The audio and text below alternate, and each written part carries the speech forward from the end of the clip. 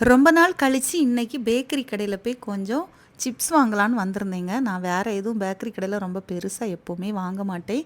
எப்போவுமே ஃப்ரூட்ஸ் தான் அதிகமாக வாங்கி சாப்பிடுவேன். ஆனால் அந்த கிண்ணத்தப்பன்னா எனக்கு ரொம்பவே பிடிக்கும். சின்ன பையன் வந்து கிழங்கு வத்தல் வாங்கிட்டு வாங்க அப்படின்னு சொல்லியிருந்தான். அவனுக்காக தான் நான் வாங்கிட்டு வந்தேன். ஆனால் அங்கே போன உடனே இந்த கிண்ணத்தப்பத்தை பார்த்த உடனே ரொம்ப பிடிச்சிருச்சு. அதுவும் கிண்ணத்தப்பம் வந்து பார்த்திங்கன்னா கருப்பட்டியில் பண்ணது இன்னும் ரொம்பவே பிடிக்கும்.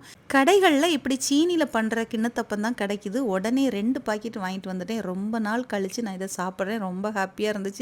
ரொம்பவே டேஸ்ட்டாகவும் இருந்துச்சு. இந்த கிண்ணத்தப்பம் நான் எங்கே வாங்கினேன் அப்படின்னு பார்த்தீங்கன்னா கோணம் ஜங்ஷனில் இருக்கிற கோல்டன் பேக்கரியில் தான் வாங்கியிருந்தேன். கூடவே கிழங்கு வத்தல் பையன் கேட்டிருந்தனால. அப்புறம் இந்த வேர்க்கடலை மசால் போட்டது எனக்கு ரொம்ப பிடிக்கும். அடிக்கடி சாப்பிட்றதெல்லாம் கிடையவே கிடையாது.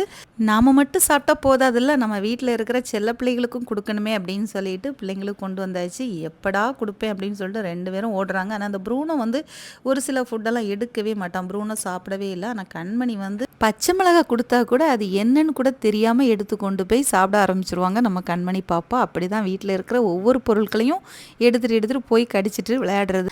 அவ்வளோதாங்க. அப்புறம் இந்த கிண்ணத்தப்பம் யாருக்கெல்லாம் பிடிக்கும் அப்படிங்கிறத மறக்காம கமெண்ட் பண்ணுங்கள். வீடியோ பிடிச்சிருந்தா லைக்